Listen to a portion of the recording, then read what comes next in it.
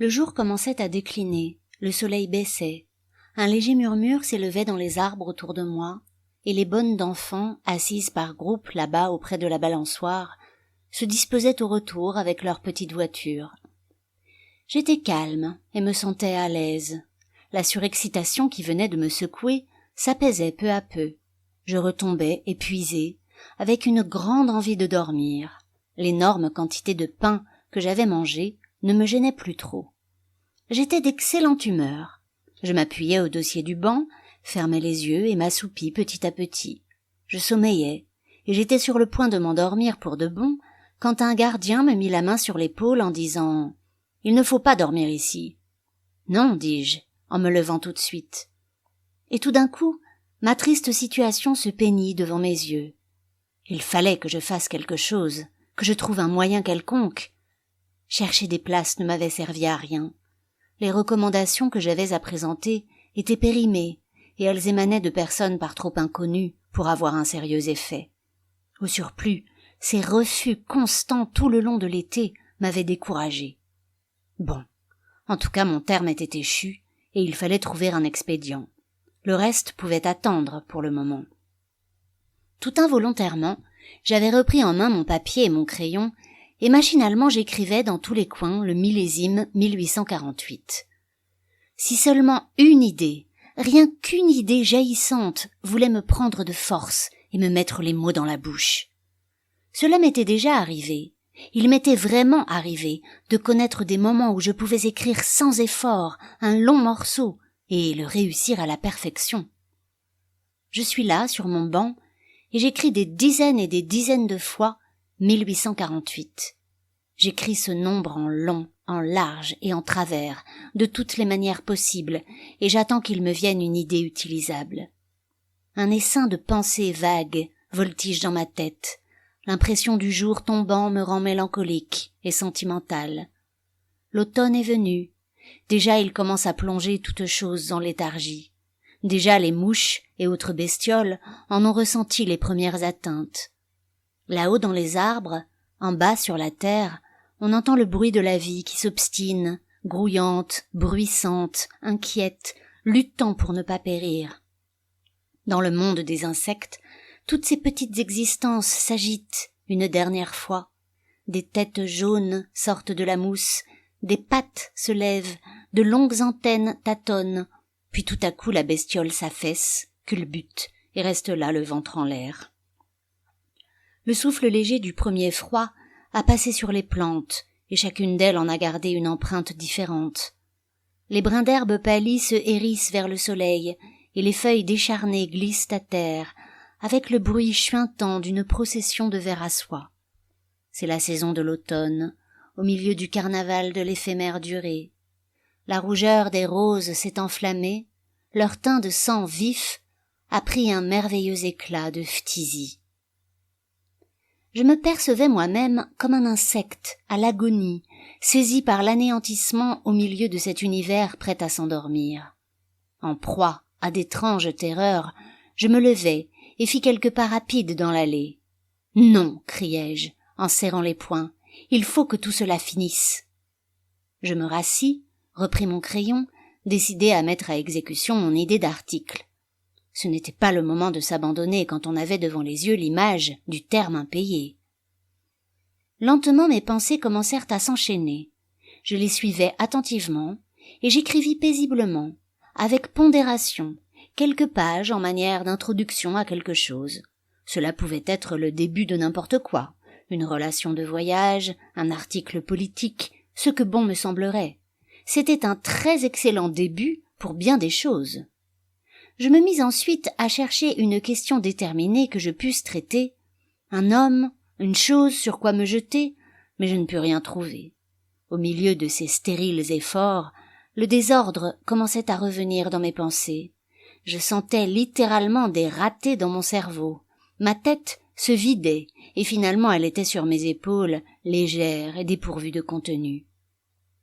Je percevais avec tout mon corps ce vide béant de ma tête. Je me faisais à moi-même l'effet d'être évidé du haut en bas. « Seigneur, mon Dieu et mon Père !» criai-je dans ma douleur, et je répétais cet appel plusieurs fois de suite, sans rien ajouter. Le vent bruissait dans les feuilles, un orage se préparait. Je restai encore un instant à fixer désespérément mes papiers, puis je les pliai et les mis lentement dans ma poche. Le temps fraîchissait, et je n'avais plus de gilet. Je boutonnai ma jaquette jusqu'au cou et fourrai les mains dans mes poches, puis je me levai et partis. Si j'avais seulement pu réussir cette fois, cette unique fois. À 2 reprises mon hôtesse m'avait réclamé du regard le paiement de mon terme, et il m'avait fallu courber le dos et me défiler furtivement avec un salut embarrassé. Je ne pouvais pas recommencer cet exercice. La prochaine fois que je rencontrerai ce regard, je donnerai congé de ma chambre avec d'honnêtes explications. Cela ne pouvait tout de même pas durer ainsi à la longue.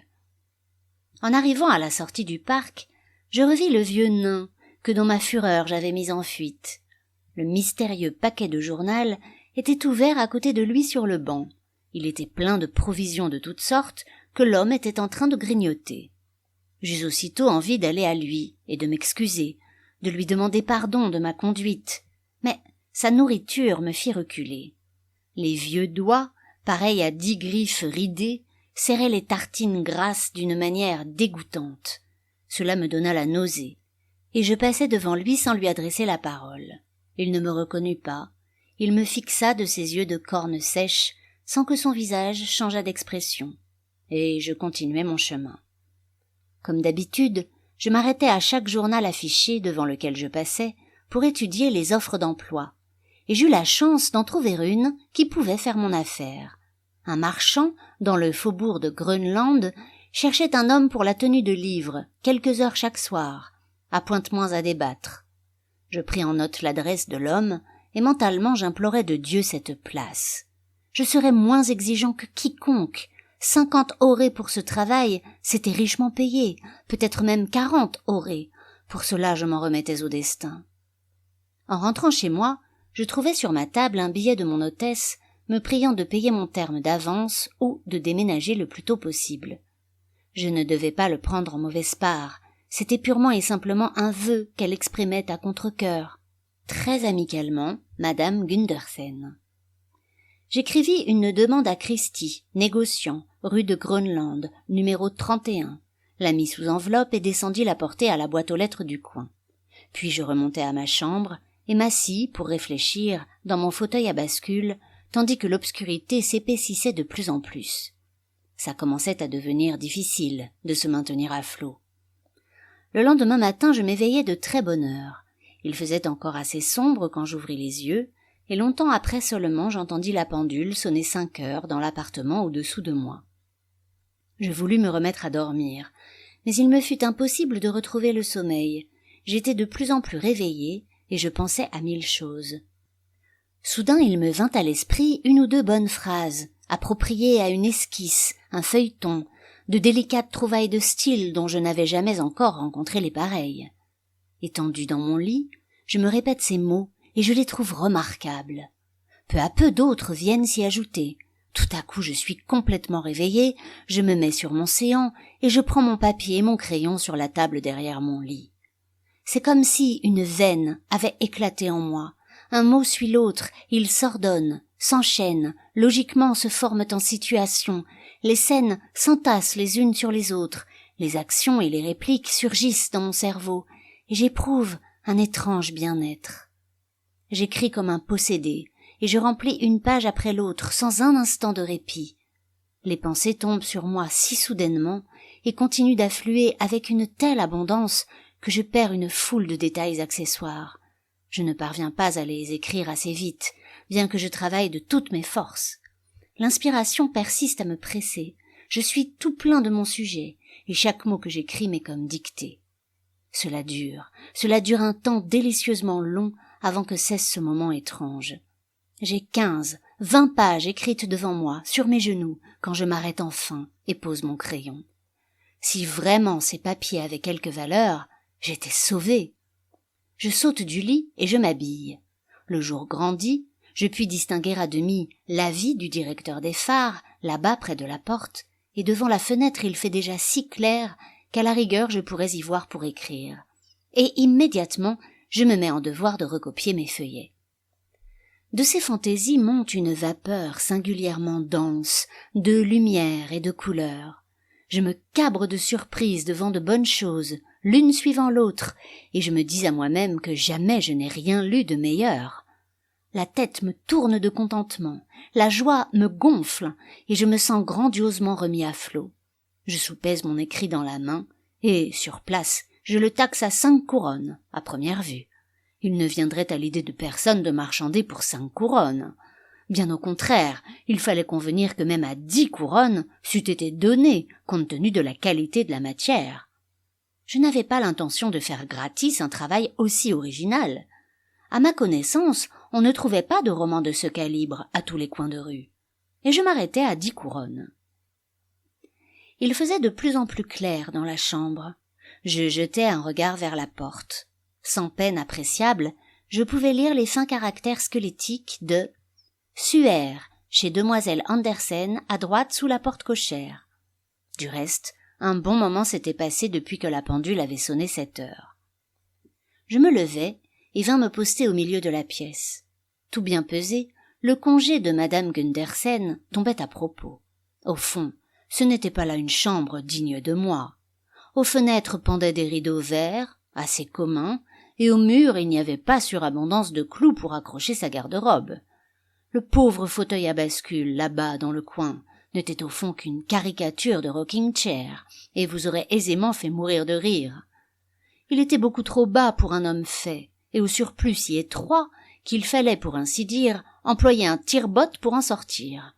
En un mot, la chambre n'était pas installée en vue d'occupations intellectuelles, et je n'avais pas l'intention de la garder plus longtemps. Pour rien au monde je ne voudrais la garder. Mon silence et ma patience n'avaient que trop duré. J'avais habité bien trop longtemps ce hangar. Gonflé d'espoir et de contentement, préoccupé sans cesse de mon esquisse, qu'à chaque instant je tirais de ma poche pour en lire des passages, je voulus aussitôt mettre mon projet à exécution et commencer mon déménagement. Je sortis mon baluchon, un mouchoir rouge contenant quelques faux-cols propres et des journaux froissés dans lesquels j'avais rapporté mon pain. Je roulai ma couverture et mis dans ma poche ma provision de papier blanc. Là-dessus, pour plus de sûreté, je passai l'inspection de tous les coins afin de m'assurer que je n'oubliais rien. N'ayant rien trouvé, j'allai à la fenêtre et regardai dehors. C'était une matinée sombre et humide. Il n'y avait personne là-bas près de la forge incendiée. En bas, dans la cour, la corde à linge, contractée par l'humidité, se tendait, roide, d'un mur à l'autre. Je connaissais tout cela de longue date.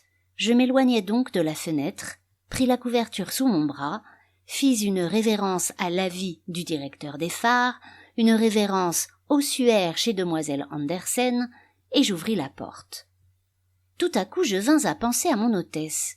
Il fallait pourtant l'informer de mon déménagement, pour lui faire voir qu'elle avait eu affaire à un homme convenable. Je voulais aussi la remercier par écrit, des quelques jours pendant lesquels j'avais occupé la chambre passé le terme. La certitude d'être sauvée pour un temps assez long me pénétrait à tel point que je promis même à mon hôtesse de lui apporter 5 couronnes en passant par là un de ces jours. Je voulais lui démontrer surabondamment l'honnêteté de la personne qu'elle avait abritée sous son toit. Je laissai le billet sur la table. Je m'arrêtai encore une fois à la porte et me retournai.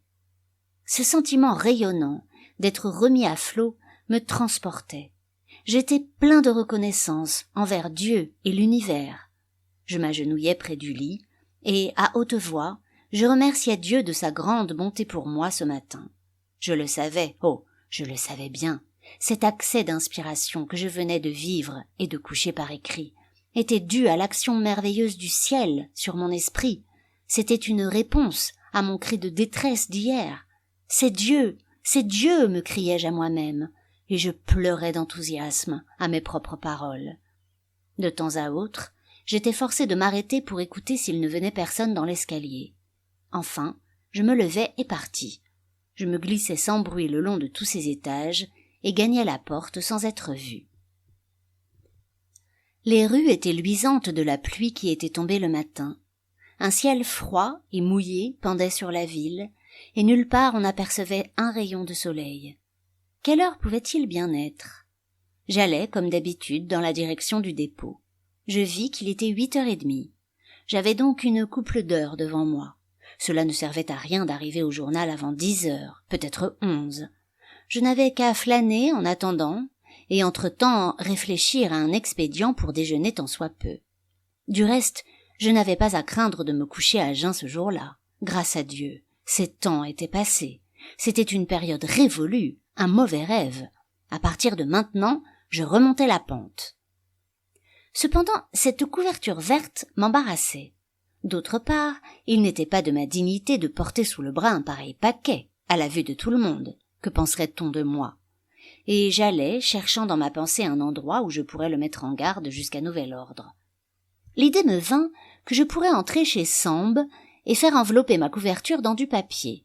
Mon paquet aurait tout de suite meilleur air, et il n'y aurait plus de honte à le porter. J'entrai dans la boutique et exposai mon affaire à l'un des employés. Il regarda d'abord la couverture, puis ma personne. J'eus l'impression qu'il haussait les épaules à la dérobée, avec un léger mépris, en prenant le paquet. Cela me froissa. « Sacrebleu, faites un peu attention !» criai-je. « Il y a là-dedans 2 vases de prix. Le paquet est pour Smyrne. » Cela fit son effet. Un effet grandiose. Chacun des mouvements de l'homme me demandait pardon de n'avoir pas immédiatement deviné la présence d'objets de valeur à l'intérieur de la couverture. Quand il eut terminé son emballage, je le remerciai du service rendu, avec la mine d'un homme qui avait déjà expédié d'autres choses précieuses à Smyrne, et, quand je partis, il alla m'ouvrir la porte. Je me mis à me promener parmi les gens sur la place du Grand Marché, en me tenant de préférence dans le voisinage des femmes qui vendaient des fleurs en pot. Les lourdes roses rouges, dont l'éclat sanglant et cru couvait sous la cendre mouillée de cette matinée, me tentaient. J'avais une envie folle d'en chiper une. J'en demandais le prix, rien que pour avoir le droit de m'en approcher le plus possible. Si j'avais de l'argent de reste, j'en achèterais une, advienne que pourrait. J'arriverais bien à faire quelques petites économies par-ci par-là sur ma nourriture pour rattraper l'équilibre de mon budget. Quand il fut 10h, je montai au journal. Le rédacteur en chef n'est pas encore arrivé. Ciseaux farfouille dans un tas de vieux journaux. Sur son invitation, je remets à l'homme mon gros manuscrit et lui fais entendre qu'il est d'une importance plus qu'ordinaire. Je lui recommande instamment de le remettre en main propre au rédacteur en chef dès son arrivée. Je viendrai moi-même chercher la réponse plus tard dans la journée. « Bon, » dit Ciseaux, en se replongeant dans ses journaux. Je trouvais qu'il prenait la chose avec un calme un peu exagéré. Mais je ne dis rien. Je lui fis simplement un petit signe de tête indifférent et m'en allai. J'avais du temps devant moi.